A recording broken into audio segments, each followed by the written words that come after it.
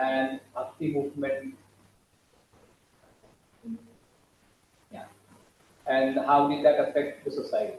So basically, these movements had a great impact on the society. The society was during the Mughal period, right? We talked about the Mughal period starting from the 13th to 18th century, right? And we said that during this period, there was a rule, and that spread over a large part of the Indian territory, except certain southern parts. The Delhi Sultanate at a certain time occupied a large area, but during the Mughals, it was a good coverage. Almost the entire Indian subcontinent was under their rule at some point. So they had a large territory. During this period, then we say that the society had continued to follow certain norms, certain traditions, which had been there at least since the 6th century onwards. हमने देखा कि 6th century के बाद में जो चीजें हैं वो concretize होती गई. That you already see, so we'll not talk about that. Then we were talking about certain terms such as Hindu. And now you know what is Hindu. I hope you do know by now. And we explained what that term Hindu was purely a geographical term. And it was not used in a religious sense. And how during this period it gradually and slowly started acquiring religious connotations, right? And uh, primarily because it referred to all those people who did not follow Islam. And because they were getting compared, that set of people were getting compared to another religion, a formal religion such as Islam. This also gradually, you know, acquired certain features of a organized religion. But then we also talked about the possibility of this Hindu, if at all, can be called a religion. As to what extent it can become a formal religion, right? And यदि हम हिंदू की बात करें तो वो किस हद तक एक फॉर्मल रिलीजन बन सकता है? क्या वो कभी क्रिश्चियनिटी और इस्लाम जैसा फॉर्मल रिलीजन बन सकता है? तो उस बारे में हमने डिस्कस किया कि नहीं, क्योंकि इस्लाम को and Christianity, right? We're talking about these, and of course Judaism to add to that also. But then majorly the world, most of the population is like this. They are the religions of the books, so they are monotheistic, right? Religions of book, right? किताब वाला है. और इनके against भी तुलना की जाए और जो heterogeneous mass of people who live in India, Indian subcontinent or east of Indus, who were called Hindus by the Persians, if they have to assume characteristics of a formal religion, then what? So they have a book, right? They have a god or a messenger, right? What would that be in case of Hindus? That was the point at which we left, right? What would be that book or books, whatever, that can be called a religious or book of a certain of Hindu religion? What is that one god or gods? And also perhaps because a formal religion has three elements. One, or the element are that there is a book or there are scriptures, not necessarily a book, but they are based on certain books written. And there is a god or a messenger of God. And then there are certain teachings which are mentioned in that book which are supposed to be sacrosanct. Means they are the rules of life for the people who follow that. This three. Now, what are those teachings or rules, whatever you call them, to be followed? If you can talk about these things with reference to Hindu as a religion, then what that would be? It's a polytheist religion, so it wouldn't have anything specific. Wouldn't have anything specific, then what does that mean? So it doesn't have any specific book, doesn't have any specific god, doesn't have any specific teaching or rules.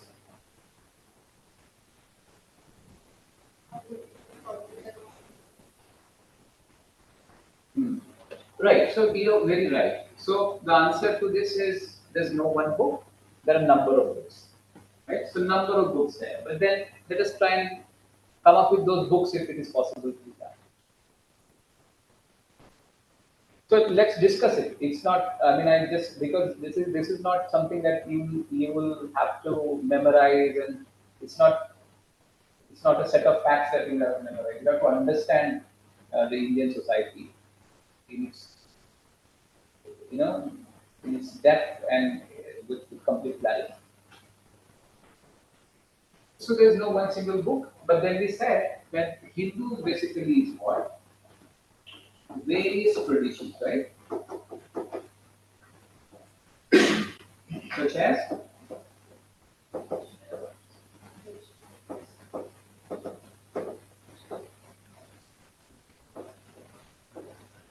Shiva, Krishna, that fertility and that goddess, that Shakti, then Jain, Buddhist,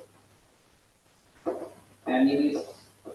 Animists means those who still worship and believe in natural forces. That's called animists, right? Then local deities, and that list can go on. There will be smaller sects also which we would not know, right?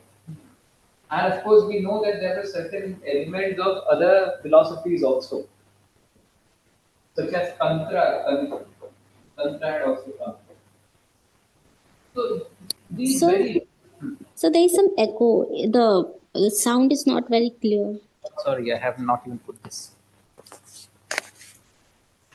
Is it better now? Yeah. I'm so sorry. But why did you wait so long? I thought maybe something's wrong with me. All right. So the word Hindu, which is it is also called exonym. It is an exonym. What is an exonym? There are two types of words which are used by people to refer to what they are, to refer to their identity. So these two words are endonyms. Endonym is a name which a set of people, which a class of people or group of people give to themselves. These are called endonyms. So you give that identity to yourself. You start using that identity for yourself. Okay, we are this people. We are Shaivites. We are Jains. We are Buddhists. Or we are followers of this and that. And exonym is a term which is given by others when they refer to you. So as we know that this Hindu, which is an exonym basically, refers to these set of people. Now, if at all this whole set of traditions can be put in one single religion, then what will be the books we said in the last session? यदि इनकी इनकी religious किताबें कौन सी हैं फिर, तो वो सभी की किताबें लिस्ट करनी पड़ेगी हम, राइट? तो वो किताबें क्या होंगी? एपिक्स. तो एपिक्स होंगे, फॉर एग्जांपल शिव अवताराज होंगे, तो इसमें मान लीजिए कि इसमें आपके वेद भी आ गए मान लो, ठीक है? कुछ हालांकि इनमें जो गॉड्स मेंशन्ड है वो वैदिक गॉड्स नहीं है, we already talked about that. They evolved and they are basically gods of epics and Puranas, which are much later. What is the period of Puranas, So Vedic Vedas, initial Vedas, basically 1200 to 500 BCE, right? And then we have, and these are all Shrutis. And then we have, after this, we have Upanishads, right? They would range from 500 BCE to about 300 BCE. They were not BC, CE here. Okay? Then of course you have Puranas, even before that you have epics, Mahakavya bhi bolte hain usko, right?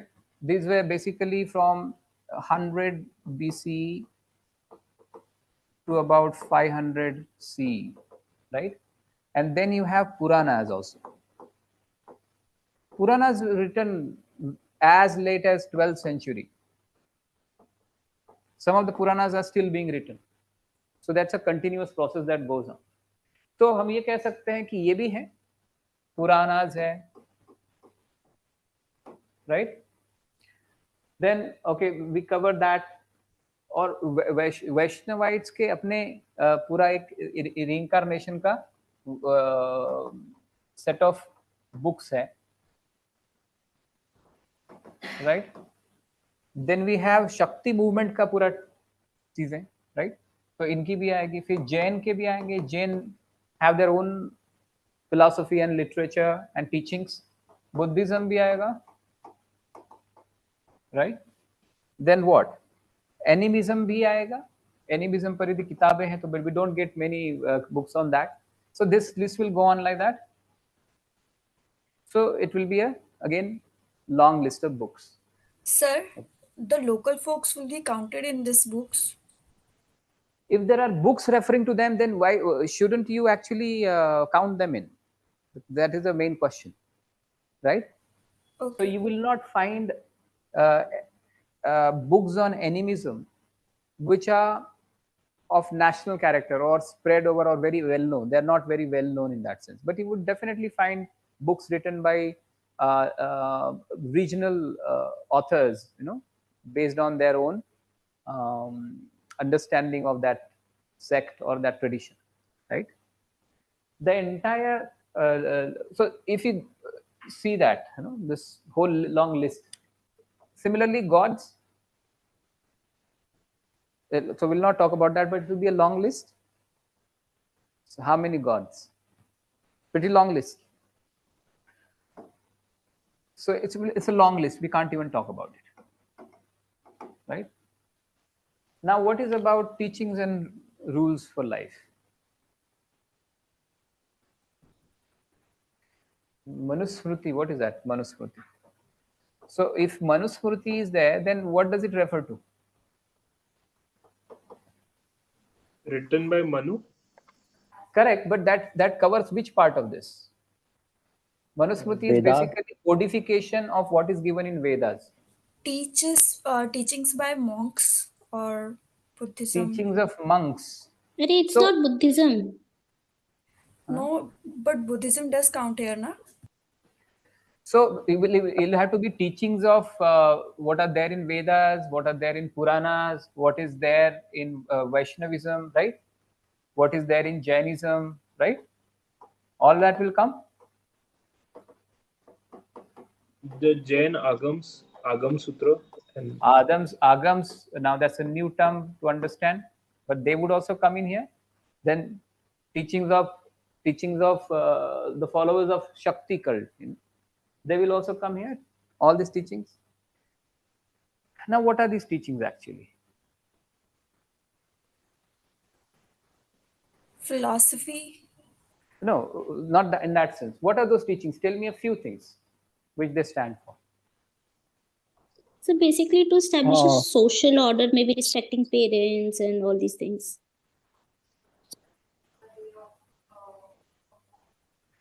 No, that's fine. Punishment and That's fine. So, because we are talking about Indian society, let's talk in societal terms. What are the teachings for society based on these things? so it's right. Like Manusmriti is a very orthodox text where they talk about No, casteism. don't talk about orthodox and this and that. What exactly is it? What does it tell? What kind of society? How to live, how to do worship of gods.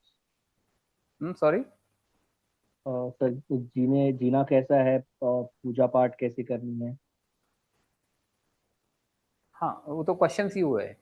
I am seeking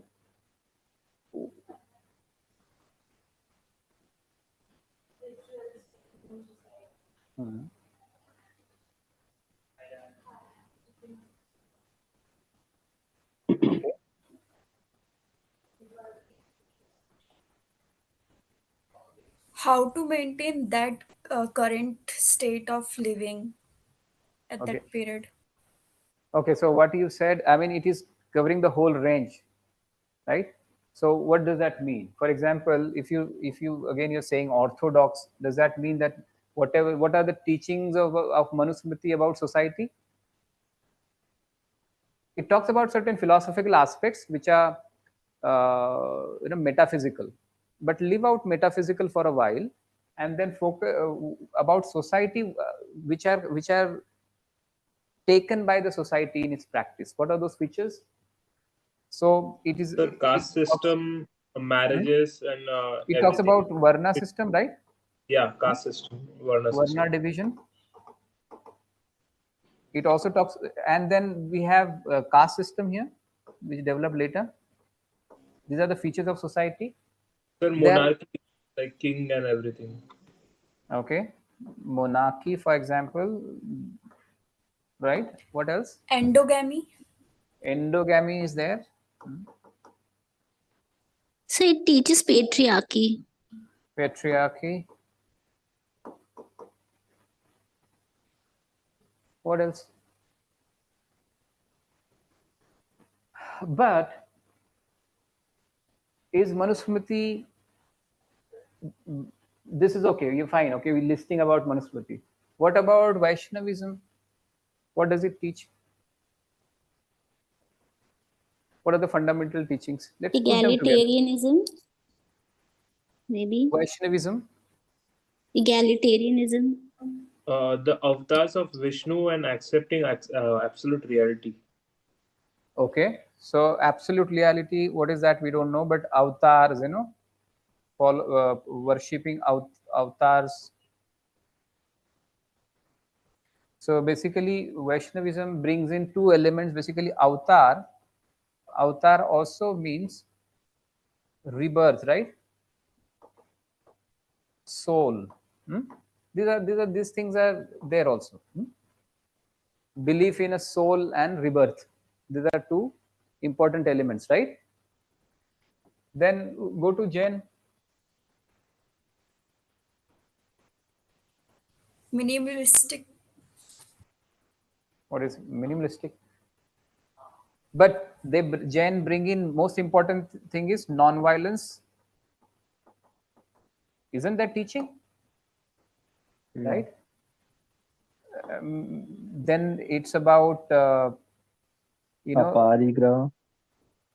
Yeah, aparigraha. That is aparigraha means non-accumulation of wealth. So Jainism believe in non-existence of God. No non-existence of God. Okay, correct.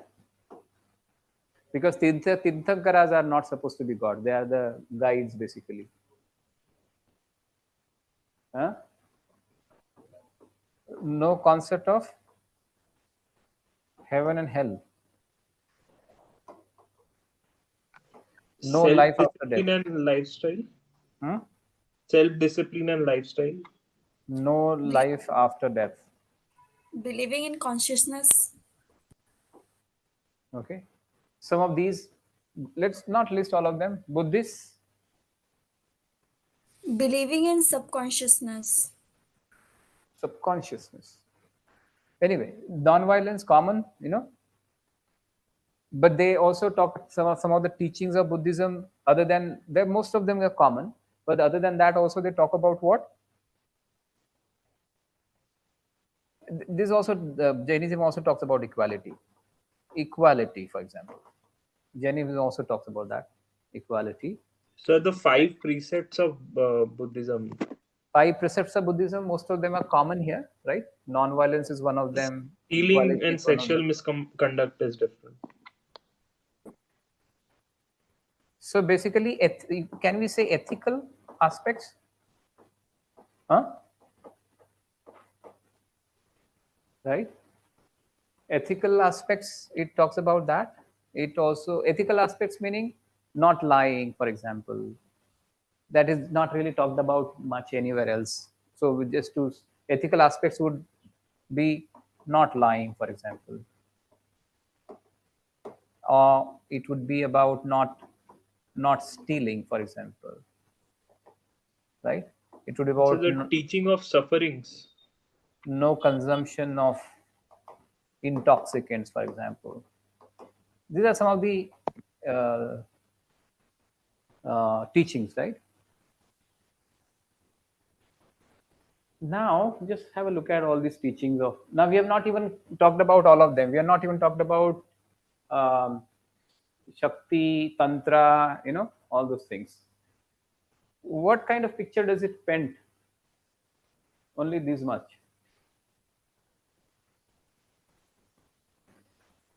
So you have here some teachings dividing society, some teachings talking about equality, some caste system based on inequality, but you have traditions, very strong tradition. There was one point when in the time around 500 BC to about 500 AD, 1000 years, almost the whole of India was following Buddhist and Jain traditions largely. Buddhism and Jainism declined only towards 6th, 7th, 8th century.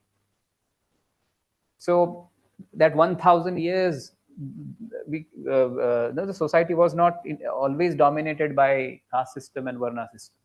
There was presence of that period we call period of coexistence.